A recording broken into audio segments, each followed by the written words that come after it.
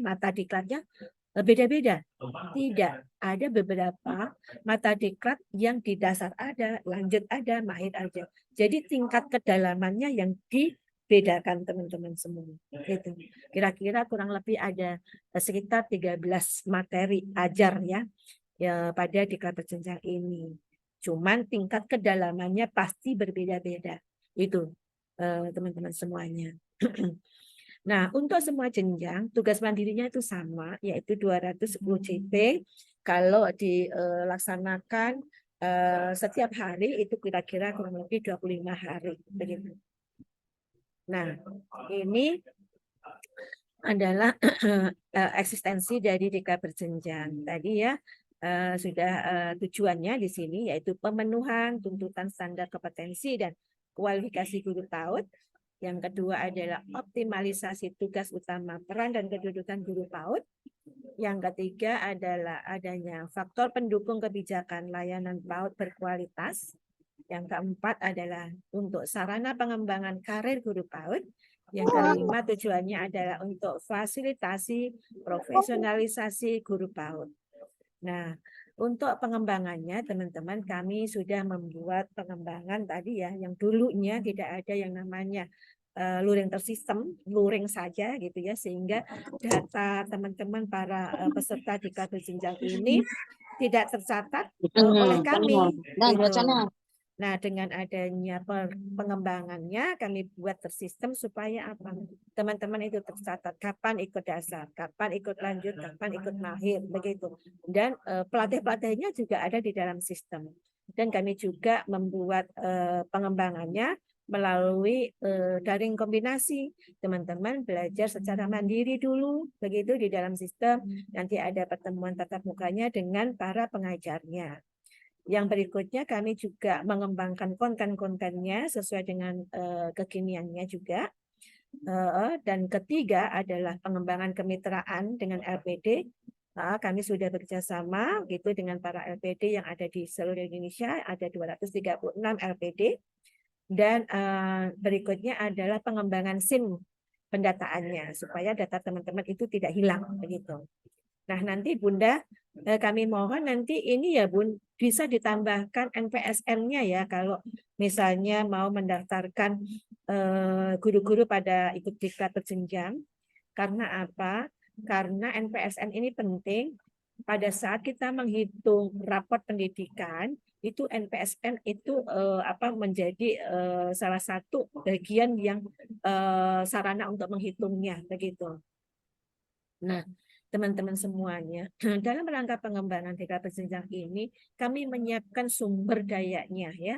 Ada PPM, pengajar pendalaman materi, ada pembimbing praktek tugas mandiri, ada penanggung jawab LPD, ada admin, ada operator, ada LMS yang kami siapkan. Nah, semua sudah kami latih gitu, sudah kami berikan orientasi gitu ya kepada sumber daya atau aktor-aktor yang terlibat di dalam penyelenggaraan diklat berjenjang bagi guru PAUD. Nah, luarannya apa? Nah, luarannya teman-teman adalah adanya program RPL untuk melanjutkan ke S1. Jadi, sertifikat teman-teman ini nanti kalau teman-teman ingin melanjutkan S1 melalui program RPL, sertifikatnya itu bisa diakui ya, bisa dihitung sehingga bisa mengurangi jumlah SKS-nya. Kalau di S1, teman-teman itu harus belajar selama 4 tahun karena harus menempuh minimal 144 SKS. Maka ketika teman-teman punya sertifikat-sertifikat seperti sertifikat diklat berjenjang, teman-teman bisa saja menempuh hanya 2 tahun untuk S1. Enak kan? Banyak diskonnya. Ya, artinya teman-teman dihitung nih pengalaman mengajarnya ya diperhitungkan, terus aktivitas teman-teman ketika pengembangan keprofesian berkelanjutan misalnya ikut diklat, ikut seminar, ikut diklat berjenjang, semuanya diperhitungkan sertifikatnya sehingga mampu mengurangi jumlah SKS yang harus ditempuh begitu. Yang berikutnya, luarannya adalah adanya bahan raport pendidikan. Yang berikutnya adalah pemenuhan standar pelayanan minimal. Yang berikutnya ada upaya untuk penurunan stunting, karena di sini teman-teman diajarkan mengenai gizi dan kesehatan, ya, di mana guru-guru nantinya bisa mengamati pertumbuhan anak, gitu ya, supaya jika terjadi gejala-gejala stunting bisa segera diatasi. Yang berikutnya juga melalui 3 berjenjang ini nanti manfaatnya pada saat akreditasi lembaga. Dan yang terpenting adalah anak-anak yang bunda-bunda semua aja siap untuk bersekolah ke jenjang yang lebih lanjut itu. Nah, ini adalah alur proses pembelajaran di kelas berjenjang. Ya, ada proses pendalaman materi, yaitu 48 JP untuk dasar, 64 untuk lanjut, 84 untuk mahir. Nah, ada pendalaman materi, ada juga tugas mandiri untuk semua jenjang 210 JP. Tentunya ketika teman-teman sudah mengikuti pendalaman materi, tidak bisa langsung ke sini, harus ada uji kompetensinya, ada pre dan post testnya, begitu. Nah, kalau teman-teman melakukan diklat secara luring tersistem, ini adalah pendalaman materinya bisa dilakukan melalui tatap muka langsung pada satu kelas, ya, atau kelasnya virtual, boleh, begitu. Jadi itu prosesnya. Tapi ketika alur ini untuk diklat berjenjang yang daring kombinasi, alurnya seperti ini. Pertama, teman-teman masuk ke dalam sistem, belajar mandiri ya melalui modul-modul yang sudah disiapkan. Berikutnya juga teman-teman menyaksikan video-video pembelajarannya dan mengerjakan soal-soal formatif yang sudah disiapkan. Nah, itu secara mandiri ya, belum didampingi oleh pengajar. Berikutnya, selesai semua, itu teman-teman bisa lanjut pada tahap berikutnya, yaitu masuk ke dalam ruang kolaborasi. Di sini teman-teman ada pertanyaan pemantik, ada video-video pembelajaran, ya, ada kasus-kasus yang diangkat untuk menjadi bahan atau tema diskusi. Nah, di ruang kolaborasi ini para pengajar atau PPM mengamati ya chat-chat yang terjadi di ruang kolaborasi, diamati, dibaca-baca. Oh, ternyata masih ada miskonsepsi, ada yang tidak jelas gitu ya. Maka pada saat nanti masuk ke web meeting penguatan, nah para PPM ini menjelaskan apa yang terjadi di ruang kolaborasi yang tidak selesai atau masalah-masalah yang tidak terpecahkan, itulah yang dibahas pada saat acara penguatan ini. Nah, selanjutnya adalah ada juga tugas dari para PPM begitu, dan review pembelajarannya melalui tes pemahaman materi serta refleksi pembelajaran. Selesai pendalaman materi baik secara luring tersistem maupun daring, lanjut pada pelaksanaan tugas mandiri. Di dalam tugas mandiri ini terbagi menjadi beberapa tahapan. Ada tugas mandiri selama 132 JP yang dilakukan di dalam satuannya masing-masing. Membuat RPP contohnya ya, membuat contoh-contoh asesmen, soal-soal seperti apa sih cara melakukan asesmen kepada anak usia dini. Ada juga kunjungan belajar lokal, yaitu tempat yang sudah ditetapkan oleh LPD di mana teman-teman nanti akan belajar kepada satuan-satuan yang sudah ditetapkan. Yang berikutnya adalah ada proses pengimbasan, di sini 21 CP. Pengimbasannya adalah dilakukan yang pertama di komunitasnya sendiri di dalam sekolahnya ya. Yang kedua adalah komunitas yang ada di antar sekolahnya, begitu ya. Nah, di komunitas belajar yang ada di PKG. Yang berikutnya, yang terakhir, finalnya adalah penyusunan laporan, ya. Jadi itu semua teman-teman ini yang sudah ini bisa dilaksanakan dengan baik dan mudah-mudahan 200 orang yang ikut di kelas berjenjang ini lulus semuanya Dan tentunya Hmm.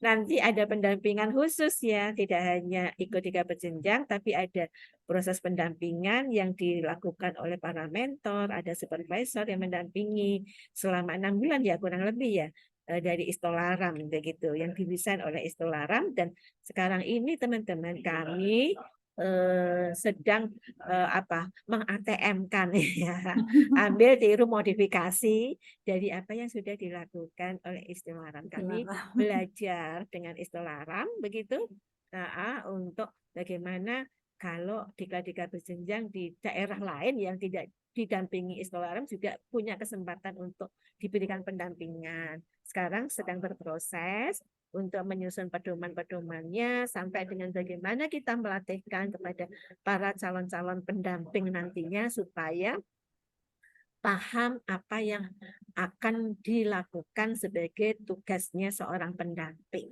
Jadi seperti itu teman-teman semuanya. Nah, ini saya tidak bahas ya teman-teman. Untuk datanya nanti bisa dibaca-baca saja. Nah, dampak diklat berjenjang itu ternyata banyak teman-teman. Untuk guru PAUD-nya juga ada dampaknya, yaitu bisa adanya peningkatan kompetensi dirinya, ada transisi percepatan peningkatan kualifikasi akademik melalui RPL jika teman-teman menginginkan untuk kuliah kembali gitu ya, untuk kuliah S1. Nah, bisa melalui RPL. Yang ketiga adalah peningkatan kualitas proses pembelajaran. Tentunya ya, kalau kita sudah kompeten, sudah tahu bagaimana caranya, bagaimana strateginya mengajar anak PAUD gitu ya, bagaimana merencanakannya, bagaimana melaksanakan, mengevaluasinya, bagaimana bermitra dengan orang tua, tentunya kualitas proses pembelajaran tercapai. Yang berikutnya, untuk satuannya ada dampaknya juga. Nah, apa? Lebih eksis gitu. Ya, teman-teman, karena guru-gurunya berkualitas, kepala sekolahnya berkualitas dan kompeten, ya, maka masyarakat akan lebih percaya gitu ya kepada satuan PAUD Bapak Ibu, teman-teman semua gitu. Nah, selanjutnya juga satuan PAUD itu mendapat keuntungan ya ketika teman-teman pada ikut diklat karena akan mendorong atau mendongkrak nilai akreditasi lembaga atau satuan PAUD Bapak Ibu semuanya. Begitu. Yang jelas tentunya gurunya berkualitas, kepala sekolahnya juga berkualitas, maka kualitas pelayanan PAUD-nya di satuan PAUD Bapak Ibu akan lebih oke lagi. Untuk LPTK ternyata juga ada dampaknya, di mana LPTK ini memiliki program RPL ya. Dia bisa mengembangkan, kalau dulu kan hanya kuliah-kuliah biasa begitu ya. Nah, sekarang ini perguruan tinggi sudah bisa melakukan RPL-nya dan sudah ada peraturannya gitu ya. Regulasinya sudah jelas, sudah tersedia sehingga perguruan tinggi tidak ragu lagi membuka program RPL. Semoga nanti lebih banyak lagi LPTK yang punya prodi PAUD bisa menyelenggarakan program RPL. Kami sekarang ini sedang memotivasi ya, mengadakan acara seminar-seminar gitu ya, mendekati asosiasi prodi PAUD gitu ya, supaya nanti semua prodi PAUD yang ada di seluruh Indonesia bisa membuka program RPL sehingga peningkatan kualifikasi bagi guru PAUD ini bisa segera terwujud begitu. Yang berikutnya LPTK juga bisa melakukan perluasan program pengabdian masyarakat karena ada tridharma perguruan tinggi yang salah satunya adalah pengabdian masyarakat. Nah, itu nanti bisa melakukan diklat jenjang ini sebagai salah satu bentuk pengabdian masyarakat dari perguruan tinggi. Yang berikutnya adalah peningkatan kualitas layanan lembaganya. Nah, untuk pemerintah daerah juga memberi dampak, teman-teman. Ya, yang pertama adalah pemenuhan indikator capaian layanan PAUD berkualitas, ya, rapor pendidikan daerah bisa meningkat. Yang berikutnya pemenuhan standar pelayanan minimal, ya, SPM PAUD bisa optimal. Yang berikutnya adalah pelaksanaan Perpres 72 tahun 2021 ini terkait dengan stunting, di mana menurut Perpres tersebut setiap kabupaten kota itu wajib menyediakan minimal 20 orang pelatih tingkat dasar. Nah, kami dari kementerian sudah melakukan hal tersebut begitu. Dan di tahun 2023 ini mudah-mudahan semuanya kabupaten kota sudah memiliki 20 orang pelatih diklat dasar plus stunting begitu. Nah, teman-teman semuanya, kami tidak bisa, direktorat atau kementerian tidak bisa melakukan pembinaan, pengembangan kompetensi bagi guru-guru PAUD dan Dikmas seluruh Indonesia. Untuk itu, kami perlu bergandeng tangan, perlu bermitra ya dengan APAUDI, dengan LPD, BBGP, BGP untuk menyelenggarakan pengembangan kompetensi bagi guru-guru PAUD. Nah, sesuai dengan perannya masing-masing. Lalu tugas kami apa? Tugas kami dari kementerian adalah menyiapkan NPK-nya, menyiapkan pedomannya, juknisnya, SPMD-nya, melatih master pelatihnya atau calon pelatih-pelatihnya, mengelola LPD-nya, melakukan penyegaran, pelatih, pendalaman materi gitu ya, itu kami siapkan semuanya. Lalu untuk penyelenggaraannya yang langsung kepada guru-guru PAUD adalah asosiasi-asosiasi atau LPD-LPD yang sudah terdaftar di kementerian, yaitu sebanyak 236 LPD yang tersebar di 33 provinsi. Apakah cukup 236 LPD? Belum, Bunda. Kami menginginkan sebetulnya setiap kabupaten kalau bisa minimal ada satu lah gitu ya LPD. Supaya apa? Supaya teman-teman jika ingin belajar begitu ya, LPD-nya sudah ada di sekitarnya gitu, nggak perlu jauh-jauh gitu ya. Begitu teman-teman semuanya. Ini terkait dengan diklat berjenjang. Selanjutnya adalah terkait dengan penurunan stunting. Jadi ini adalah program-program prioritas kami, Bapak Ibu semuanya. Dalam rangka percepatan penurunan stunting, ada strategi nasional yang harus dicapai, di mana pada tahun 2024 nantinya kita harus bisa menurunkan angka prevalensi stunting 14%. Apakah tercapai di 2024? Ya, mudah-mudahan saja tercapai ya. Karena kita tidak bisa menyelesaikan ini sendirian ya. Jadi sebetulnya mungkin teman-teman berpikir ya, kok stunting itu kenapa ada di Kementerian Pendidikan gitu ya. Jadi begini, masalah stunting ini adalah merupakan isu nasional.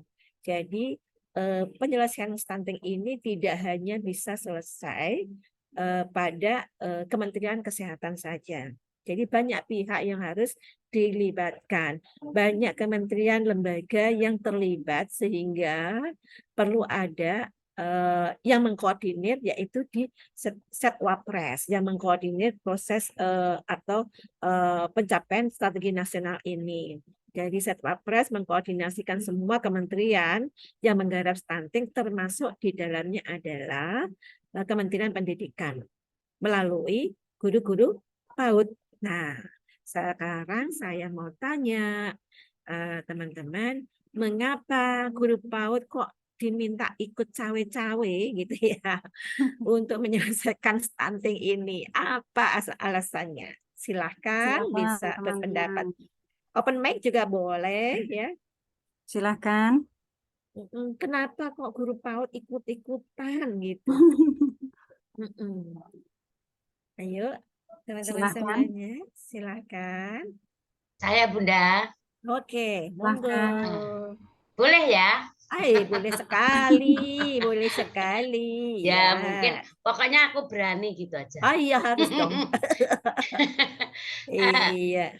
Mungkin karena guru-guru PAUD itu kan berkaitan dengan anak-anak kecil, Bunda. Jadi kita harus perhatian kembang tumbuhnya anak, begitu mungkin, Bunda. Iya. Sekarang kita berikan plus ya buat Bu Supartini ya, Bu Yudo Supartini, Bu Sri Yudo Supartini lengkapnya. Oke, keren sekali. Iya, betul sekali Bunda-bunda ya. Jawaban dari Bunda Yudo. Ada juga yang menjawab di chat, Bun. Oh, oke. Karena guru PAUD Juga bisa melakukan screening tumbuh kembang anak. Ih, keren ya, oke. Karena anak PAUD adalah fondasi dasar Bun, jadi harus dideteksi tumbuh kembangnya sejak dini biar tidak ada lagi anak stunting. Oke, Ibu Setiawati, keren. Oke ya, berarti teman-teman ini paham Bunda, Bunda Mariati ya, Betul, betul. luar biasa ini Sudah ya. tahu perannya. Sudah tahu perannya. Jadi betul ya teman-teman, bahwa guru PAUD ini adalah ujung tombak kalau di kami ya, sebagai garda terdepan, orang yang paling dekat dengan anak-anak usia dini ya, di mana teman-teman pada saat pelaksanaan pembelajaran ya tentunya melakukan pemeriksaan atau pengukuran ya, pengukuran tumbuh kembang anak, berat badannya selalu diukur, ya tinggi badannya juga diukur, tingkah kepalanya, kemampuan motoriknya juga diperhatikan dalam setiap bulannya. Nah, ketika teman-teman menemui ya nantinya misalnya ada menemui satu atau beberapa anak yang tidak ada kemajuannya apapun pada berat badannya ya, pertumbuhannya dan perkembangannya ya, maka teman-teman harus mulai curiga nih ya. Nah, terus apa yang harus dilakukan? Komunikasikan bersama dengan orang tua ya, tanyakan kepada orang tua mengapa putranya atau putrinya kok tidak ada perkembangan apa-apa, berat badannya tetap, tingginya juga tetap. Nah, ini kan jangan-jangan ini stunting ya. Tapi jangan disampaikan, Bu, jangan-jangan anak Ibu stunting. Ya, nggak boleh gitu ya. Kita harus menggunakan bahasa-bahasa komunikasi yang baik supaya orang tua tidak tersinggung. Tanya nih, Bu, misalnya si Ati itu kok nggak nambah ya berat badannya begitu.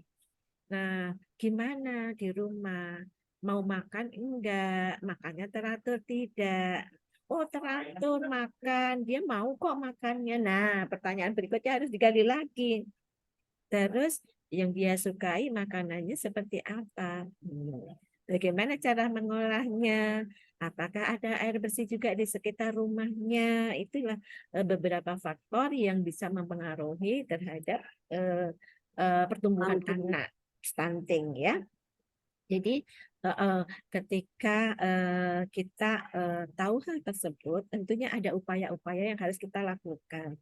Lakukan pendekatan kepada orang tua, lakukan pendekatan kepada puskesmas atau posyandu ya yang terdekat.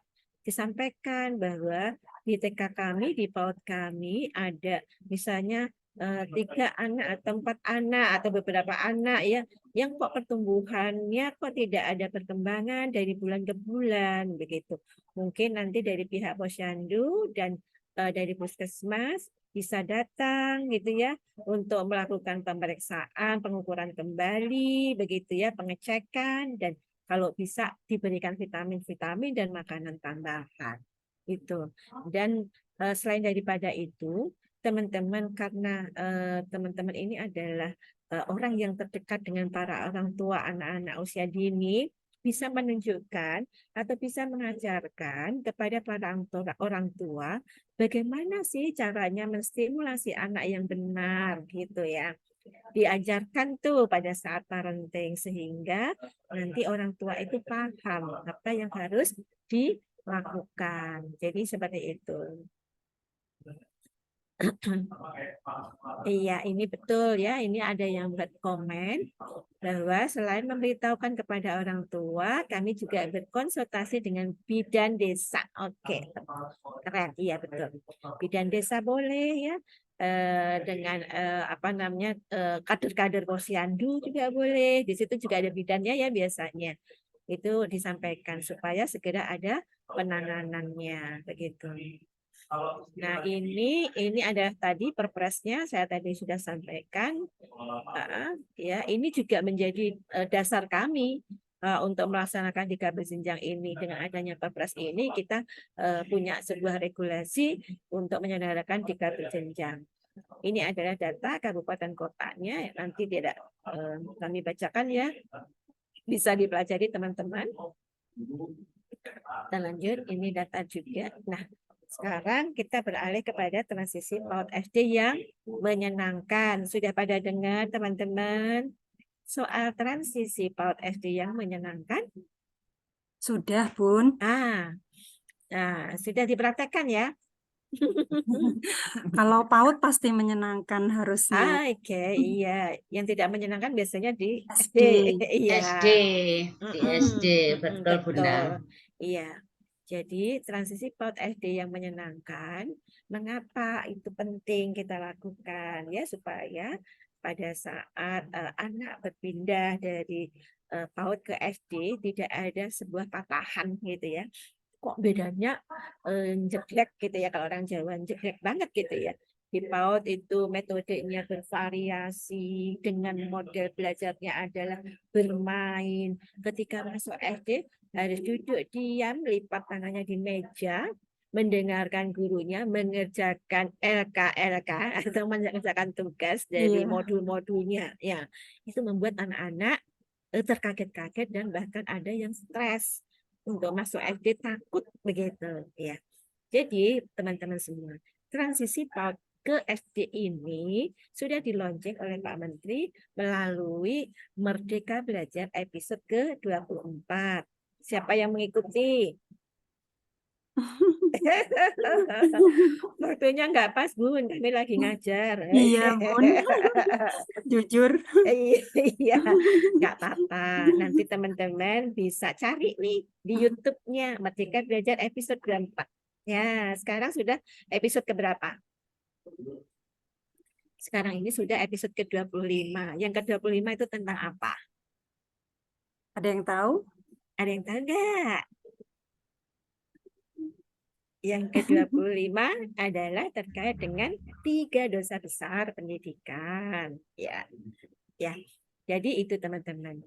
Jadi transisi PAUD ini adalah kita bisa bagaimana kesiapan bersekolah ini dimaknai sebagai suatu kondisi di mana anak memiliki kemampuan fondasi sebagai pembelajar sepanjang hayat, ya. Dan transisi PAUD SD adalah proses di mana anak berpindah dari perannya sebagai peserta didik PAUD menjadi peserta didik SD, gitu. Nah, transisi yang efektif adalah saat anak tidak perlu melakukan terlalu banyak penyesuaian sebagai akibat dari perpindahannya. Kalau penyesuaian sih pasti ada ya, tapi enggak terlalu banyak gitu, supaya anak-anak ini tidak kaget gitu. Kalau harus langsung berbeda jauh dari kebiasaannya belajar di PAUD, ini yang membuat anak-anak menjadi galau ya, enggan masuk sekolah SD gitu. Saya nggak ditinggal orang tuanya jadi nggak mau begitu. Nah, ini harapan kita semua tidak terjadi seperti itu. Nah, teman-teman semua, kita perlu tahu bahwa setiap anak itu unik ya, tidak bisa kita samaratakan dalam melakukan pendampingan kepada anak-anak.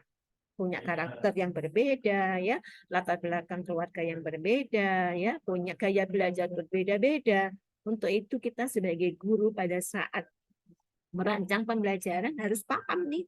Oh, si anak ini adalah kelompok anak yang tipe belajarnya adalah auditori. Oh, ini yang kinestetik. Oh, ini anak yang tipe audiovisual gitu ya. Jadi harus sudah tahu nih tipe-tipe gaya belajar anak gitu ya. Karakter anaknya seperti apa supaya nanti kita bisa fokus terhadap apa yang menjadi kebutuhan anak itu sendiri. Jadi gitu. Nah, berikutnya, tidak semua anak masuk SD itu melalui TK, benar enggak? Iya kan? Karena apa kemarin, apalagi kemarin pada saat COVID, banyak orang tua yang menarik anaknya, gitu ya, yang semula ikut sekolah, gitu ya, terus keluar aja lah. Ngapain juga, capek-capek kita bayar ke sekolah, ternyata kita sendiri yang suruh ngajar sama gurunya, gitu. Akhirnya sekolah banyak yang kehabisan peserta didik karena orang tuanya menarik anak-anaknya untuk tidak bersekolah, begitu. Jadi Yang berikutnya, periode tumbuh kembang anak di usia emas 0 sampai 5 tahun itu tidak akan kembali lagi. Jadi ini yang harus menjadi fokus dari kita, itu bahwa masa emas ini tidak kembali, kita harus benar. Tidak boleh mengajar di PAUD itu salah, harus benar. Iya, begitu. Yang berikutnya, kurikulum merdeka sesuai dengan perkembangan anak. Dan kita juga sudah melakukan penyesuaian buku dan teks, buku-buku teks gitu ya di SD gitu ya, agar sudah linear ya, sama gitu ya antara di PAUD dan SD itu cara pembelajarannya sama, khususnya di kelas bawah. Jadi artinya teman-teman, kalau di PAUD itu kan merdeka bermain ya, kalau di SD ke atas itu adalah merdeka belajar. Merdeka bermain, merdeka belajar itu adalah sama, begitu. Nah, teman-teman semuanya, jadi transisi PAUD SD ini kita bersama ingin menghilangkan miskonsepsi-miskonsepsi yang ada di masyarakat, yaitu seperti gini. Kemampuan yang dibangun pada anak di PAUD sangat berfokus pada calistung. Nah, kemarin itu seperti itu ya, teman-teman. Semua guru pada stres ketika anak-anaknya kok nggak bisa-bisa sih diajarin calistung gitu ya. Karena takut nanti disalahin. Selesai PAUD kok nggak bisa apa-apa, ya bisa calistung, orang tua kecewa, takut mengecewakan orang tua gitu ya. Maka fokus belajar di PAUD itu akhirnya tidak kepada 6 kemampuan fondasi yang diharapkan, tapi fokusnya hanya pada satu, yaitu kognitif. Kognitifnya juga tidak semuanya hanya berfokus pada calistungnya saja. Ini miskonsepsi yang pertama. Yang kedua, nah ini teman-teman, kemampuan calistung itu dianggap sebagai satu-satunya bukti keberhasilan belajar dan dibangun secara instan. Jadi itu ya, padahal kita semua paham bahwa kemampuan fondasi anak itu tidak hanya calistung, masih banyak aspek lainnya yang perlu distimulasi dengan baik.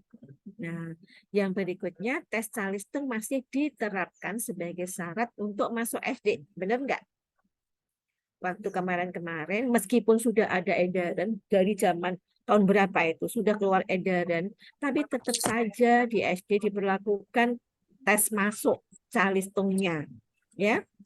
Biasanya sekolah-sekolah yang favorit itu, Bun. Iya. Biasanya sekolah-sekolah yang favorit itu yang menerapkan ini. Iya. Nah, itu harusnya ya perlu ada advokasi, sosialisasi kembali dari pihak Dinas Pendidikan, begitu, entah itu melalui pengawas-pengawasnya, begitu ya, kepada sekolah-sekolah favorit yang dianggap favorit ya, atau sekolah-sekolah yang berlabel mahal gitu. Jadi biasanya mereka menggunakan cara tersendiri ya, tidak mau diatur oleh pemerintah, itu sebetulnya nggak boleh, begitu ya. Karena ini adalah sudah menjadi amanah dari kementerian bahwa kita di SD itu tidak boleh ada tes calistung lagi. Nah kalau begitu, bagaimana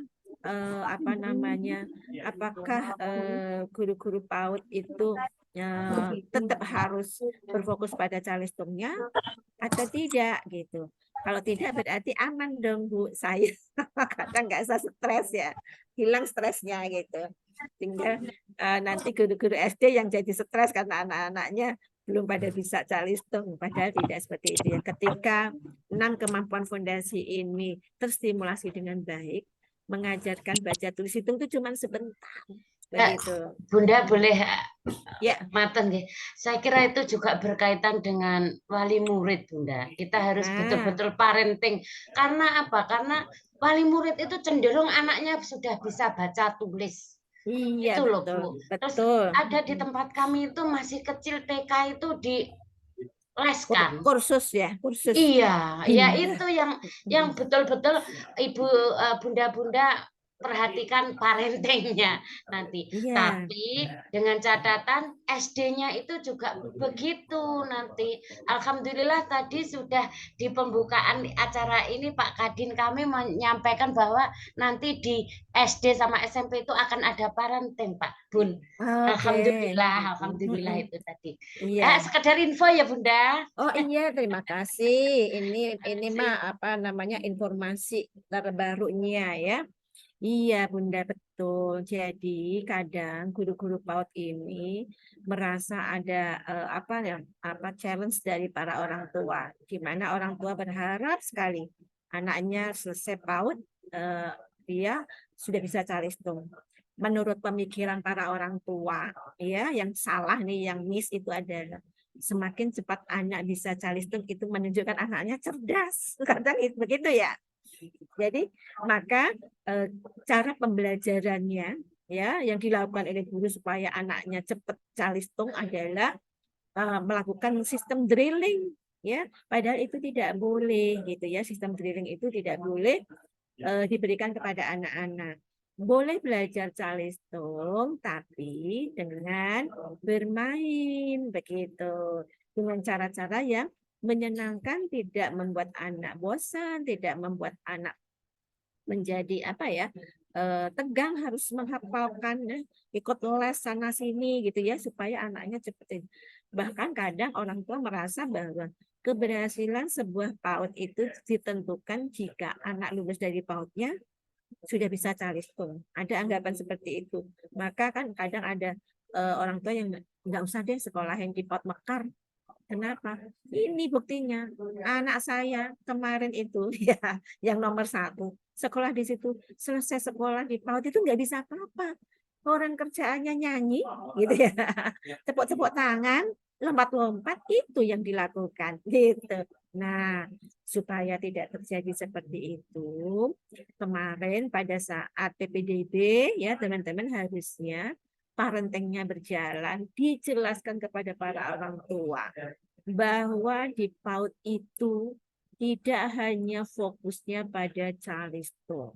Ada kemampuan-kemampuan fondasi yang lainnya yang harus distimulasi dengan baik, begitu ya.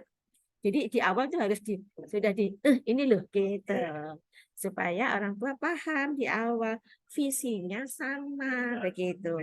Jadi misalnya Bapak Ibu ketika Bapak Ibu meminta kepada sekolah hanya mengajarkan calistung, enak banget saya gitu ya, sekolah enak banget gitu, hanya calistung saja gitu.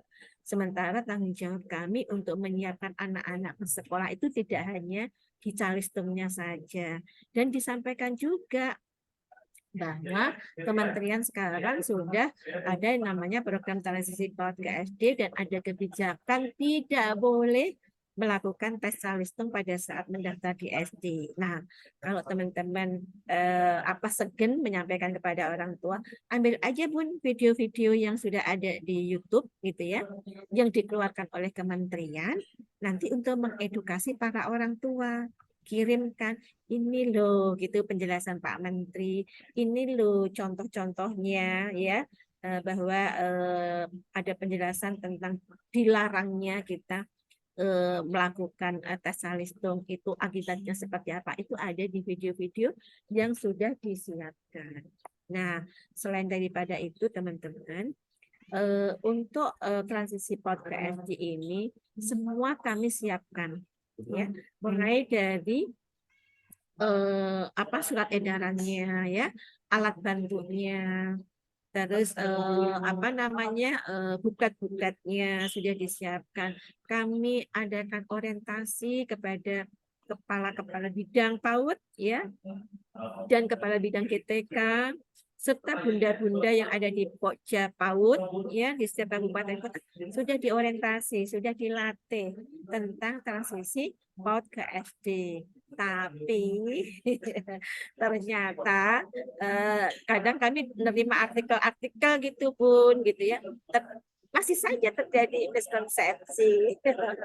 Ya, itu mungkin pada saat proses pembelajarannya ya, pada saat proses pelatihannya itu pas nggak mendengarkan gitu ya, atau berfokus pada aktivitas yang lainnya sehingga masih terjadi miskonsepsi. Tapi nggak apa-apa, ini pelan-pelan, tapi ini adalah merupakan usaha bersama supaya program transisi PAUD ke SD ini berjalan dengan baik. Dan sekarang adalah proses pelatihan-pelatihan atau proses sudah selesai, tinggal supervisi, evaluasi, dan monitoring yang sekarang akan kami lakukan. Jadi kita turunkan teman-teman untuk melihat praktek-praktek di lapangan. Dan kemarin saya sudah ke Bengkulu, Bun, melihat ya praktek di lapangan seperti apa ya. Ya ada sih yang belum paham soal transisi ini, ada sih miskonsepsi ada, tapi ya kita pelan-pelan luruskan begitu.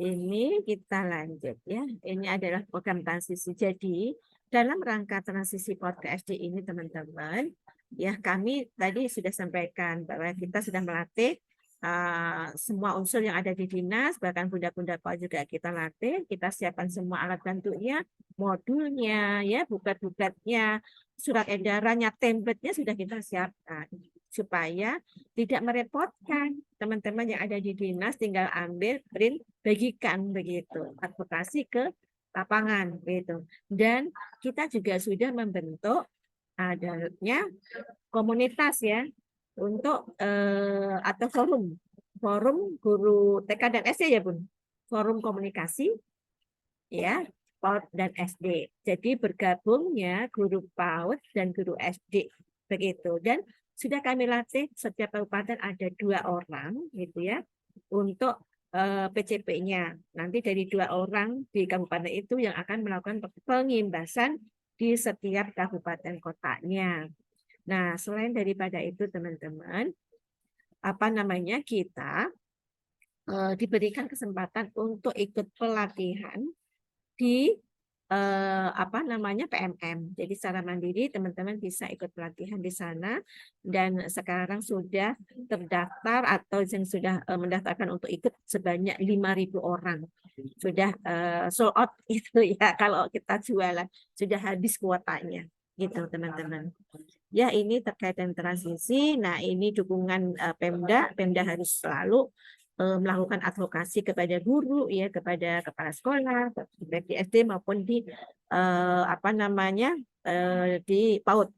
Jadi kerjasama guru SD dan guru PAUD perlu dilakukan, belajar bersama, guru PAUD belajar kepada guru SD pun belajar kepada guru PAUD. Kita optimalkan adanya forum komunikasi guru PAUD dan SD ini untuk melakukan membahas masalah-masalah yang terjadi pada satuannya masing-masing. Nah, transisi PAUD SD ini tidak akan berjalan dengan baik tanpa ada kerjasama, kerja bareng, dan gotong royong dari kita semua. Gitu. Ini contoh surat edarannya ya teman-teman, sudah ada, nanti bisa dilihat. Nah, ini ada target-target perubahan yang kita inginkan, di mana target perubahan 1, pastikan bahwa kemarin sudah ya, di PPDB tidak ada lagi tes alitung untuk masuk SD. Yang kedua adalah adanya masa MPLS, minggu pertama itu melakukan apa, minggu kedua melakukan apa, dan selanjutnya target perubahan ketiga adalah adanya perubahan dalam proses pembelajaran di masing-masing. Itu yang kita pastikan itu terjadi karena itu menjadi target kinerja kita. Gitu. Selanjutnya ini diklat teknis teman-teman, kami sudah mengeluarkan beberapa diklat teknis untuk guru PAUD, ada inovasi pembelajaran, ada terkait dengan stunting, PAUD HI, mendongeng, dan perkembangan otak anak. Diklat ini sekarang masih dalam proses migrasi ke PMM. Jadi Bun, nanti belajarnya semua ada di PMM. Hanya satu platform yang disiapkan untuk media belajar para guru dan kepala sekolah. Iya, ini macam-macamnya diklatnya. Yang kemarin teman-teman belajarnya melalui Ayo Guru Belajar Berbagi di SIM PKB, tapi sekarang sedang proses berhenti. Nanti sekitar bulan Oktober kami akan buka kembali untuk diklat ini. Ya, ada PAUD HI ya, ada PPS atau diklat teknis penurunan stunting. Ini adalah tampilan dari Ayo Guru Belajar Berbagi kemarin. Sekarang sedang di-off kan, gitu. Dan kita berlanjut kepada program organisasi penggerak adalah merupakan salah satu program prioritas kami, di mana kita melibatkan 39 ormas pelaksana POP pada Satuan PAUD yang mendapatkan pembiayaan dari kami. Ada yang kategori gajah, itu ada 1 ormas yang menerima anggaran kategori gajah, ada kategori macan 5 ormas, dan kijang 33 ormas. Nah, sasarannya ada di 20 provinsi dan di 77 kabupaten kota, dan di sekolah ada 1.180. Ini adalah program POP kami. Nah, yang terakhir ini adalah sebarannya, ya, yang POP tadi sebenarnya ada di seluruh Indonesia ini. Nah, ini teman-teman, yang terakhir sebelum saya mengakhiri penjelasannya, mari kita sama-sama berupaya, ya, mencegah adanya 3 dosa besar pendidikan di satuan kita masing-masing. Pastikan di satuan PAUD kita tidak ada bullying. Pastikan di PAUD kita tidak ada kekerasan seksual, ya, dan pelecehan seksual. Yang ketiga, kita jauhkan dari intoleransi. Ini adalah pesan terakhir dari materi ini. Kita semua harus menghindari 3 dosa besar pendidikan. Siap teman-teman semuanya untuk menyiapkan, menghindarkan diri satuan kita dari 3 dosa besar pendidikan? Insya Allah siap, Bun. Alhamdulillah. Kalau semuanya siap, ya, harus siap, gitu ya. Pastikan ya Bun ya, kita harus menjadi ikut mengawasi lah terjadinya hal tersebut gitu. Oke, teman-teman semuanya, saya rasa itu saja materi yang bisa saya sampaikan. Kalau masih ada kesalahan dan kekurangannya, mohon dibukakan pintu maaf yang sebesar-besarnya atas keterlambatan kami, karena memang agenda kami seperti itu, Bun. Izin tadi agak telat-telat. Baiklah, Bapak Ibu semuanya, Bu Mimo dan teman-teman semuanya, kami ucapkan sekali lagi terima kasih dan apresiasi yang sebesar-besarnya. Ada salam hangat dari Ibu Direktur. Beliau masih dalam perjalanan saat ini menuju ke sini. Tidak bisa menyapa Bapak Ibu semuanya, para peserta diklat yang ada di Kabupaten Magelang. Mudah-mudahan materi yang sedikit ini bisa memberikan manfaat bagi kita semuanya. Oke, Bapak Ibu semuanya, teman-teman semuanya, terima kasih. Kesepian tanpa kekasih. Cukup sekian dan terima kasih. Iya. Assalamualaikum warahmatullahi wabarakatuh. Waalaikumsalam. Waalaikumsalam warahmatullahi wabarakatuh. Materi yang luar biasa. Kita berikan Betul. aplaus untuk Bu Ati. Terima kasih Bu Ati atas waktunya. Ini informasi yang menurut saya daging semua gitu ya buat kami. Semoga dengan informasi tentang kebijakan ini membuat kita para guru PAUD itu tahu apa saja yang sudah dilakukan pemerintah selama ini untuk mendukung kita para guru PAUD gitu. Sehingga kami semangat untuk terus belajar dengan memanfaatkan semua fasilitas yang diberikan oleh pemerintah maupun belajar secara mandiri. Begitu Iya. Ibu Ati? Iya. Ya, saya berdoa semoga panjenengan sehat selalu. Demikian juga buat panjenengan. Selamat dan rekan-rekan beristirahat. semua. Amin, Iya, amin. amin. Selamat beristirahat. Sudah diganggu, maaf. Enggak apa-apa, Bun. Ya, karena ini sudah menjelang maghrib, Bu Ati. Saya Sudah maghrib. ya, selamat beristirahat buat teman-teman. Ya, Ya, terima kasih. Tutup dengan bacaan Alhamdulillahirabbil alamin. Wassalamualaikum warahmatullahi wabarakatuh. Waalaikumsalam. Waalaikumsalam warahmatullahi wabarakatuh. Sehat selalu Bunda Ati. Iya, Terima kasih sama-sama. ilmunya. Terima kasih bunda-bunda semua. Sukses Ya, selalu amin. ya. Amin, Amin, amin. Bun. Terima kasih. Amin. Baik. Izin. Ya, izin live ya sayang. Bisa ya?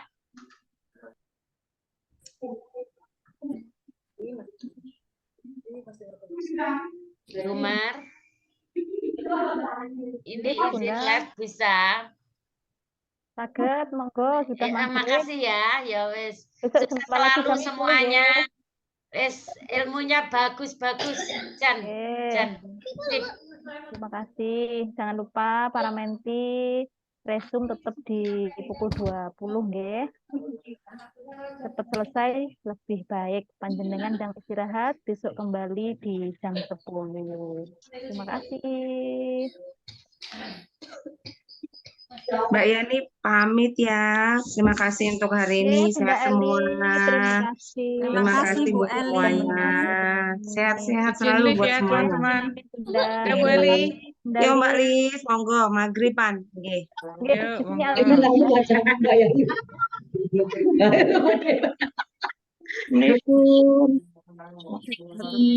Waalaikumsalam. Mau dikape?